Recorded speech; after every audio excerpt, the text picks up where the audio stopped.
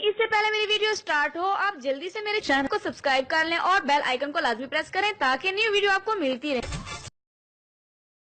इससे पहले मेरी वीडियो स्टार्ट हो, आप जल्दी से मेरे चैनल को सब्सक्राइब कर लें और बेल आइकन को लाजमी प्रेस करें ताकि न्यू वीडियो आपको मिलती रहे।